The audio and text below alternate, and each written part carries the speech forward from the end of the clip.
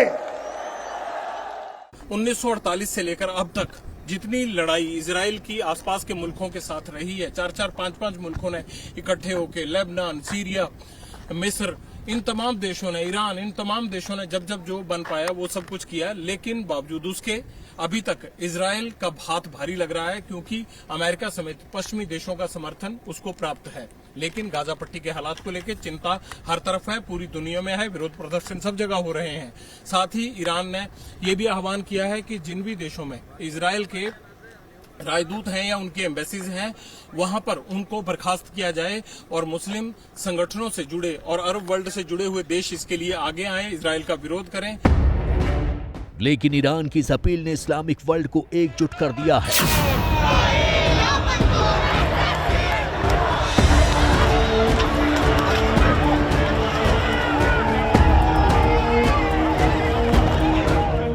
लेकिन दूसरी तरफ जो फिलिस्तीनी गाजा से पलायन कर रहे हैं, उन्हें कोई भी अरब देश शरण नहीं दे रहा है।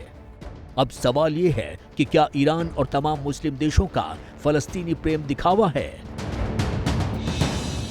लेकिन बड़ा सवाल यह है कि जब भी अरब वर्ल्ड के इन देशों से गाजा पट्टी के लोगों को शरण देने की बात होती है तो ये बॉर्डर हमेशा इस तरह से खामोश क्यों हो जाते हैं, बंद क्यों रह जाते हैं। इस बात को लेकर बार बार सवाल उठते रहे हैं कि ईरान हो, सीरिया हो, मिस्र हो या फिर लेबनान हो, ये तमाम लोग वकालत तो करते हैं हमेशा, हमास की भी करते हैं और गाजा पट्टी में रह रहे लोगों की भी करते हैं। लेकिन बड़ा सवाल ये उठता है कि जब भी वहां के लोगों को, जो 10 लाख की आबादी वहां रह रही है और हाईली डेंसिटी के हिसाब से जो जितने भी जगह हैं उनमें सबसे ज्यादा गाजा पट्टी मानी जाती है, तो उन लोगों को ये लोग क्यों रहने की शरण नहीं देते, क्यों उनको एक्सेप्ट नहीं करते? उधर इजराइल की धमकी से इस्लामिक वर्ल्ड की टेंशन बढ़ गई है, क्योंकि इतिहास गवाह है कि इजराइल ने जब जब जंग शुरू की है उसे खत्म करके ही दम लिया है।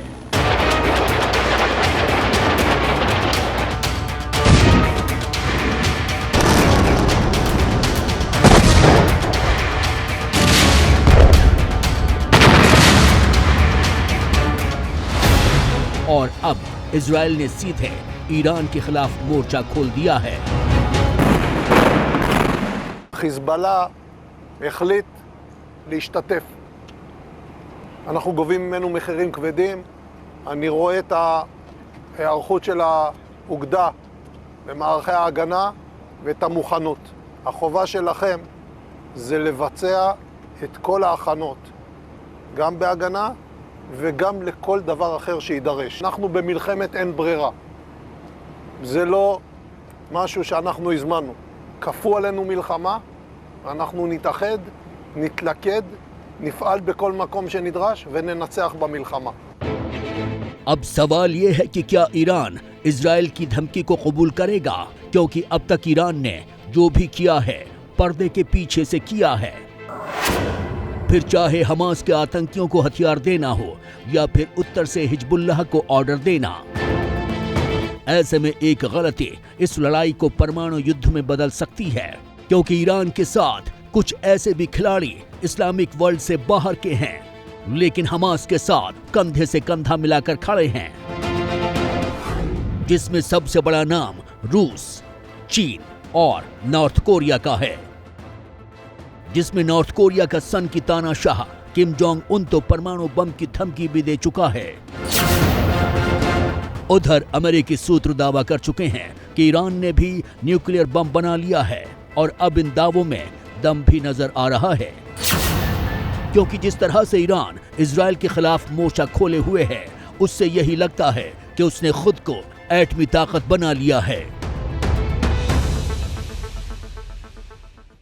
ईरान की सबसे बड़ी ताकत ये है कि वो हमास और हिजबुल्लाह के पीछे की असली वजह है। वो ऐसी वजह है जो इन दोनों को न सिर्फ धन से मदद करता है, फंडिंग से मदद करता है, बल्कि जो मिलिट्री तकनीकी है उससे भी ईरान लगातार मदद कर रहा है। ईरान की एक और बड़ी ताकत है, वो है न्यूक्लियर हथियारों के करीब पहुंचने की उसकी क्षमता। हाल ही में ईरान का एक वीडियो भी सामने आया है, जिसमें उसने अपने हथियारों को दिखाया था। जानकारों की माने तो ऐसा करके ईरान ने इजराइल को यह बताने की कोशिश की थी कि जो हथियार अब तक हमास ने इजराइल पर छोड़े हैं वो सिर्फ ट्रेलर था।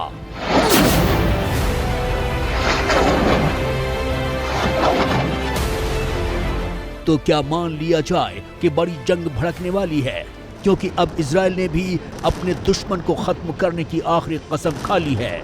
इजराइल के लिए इस लड़ाई में करो या मरो जैसा हिसाब है, क्योंकि उसे अगर अपना वजूद जिंदा रखना है तो हर हाल में इस लड़ाई को जीतना होगा, और ये एहसास इजराइल को भी है। यही वजह है कि इजराइल ने ईरान को अपना फाइनल टारगेट बना लिया है।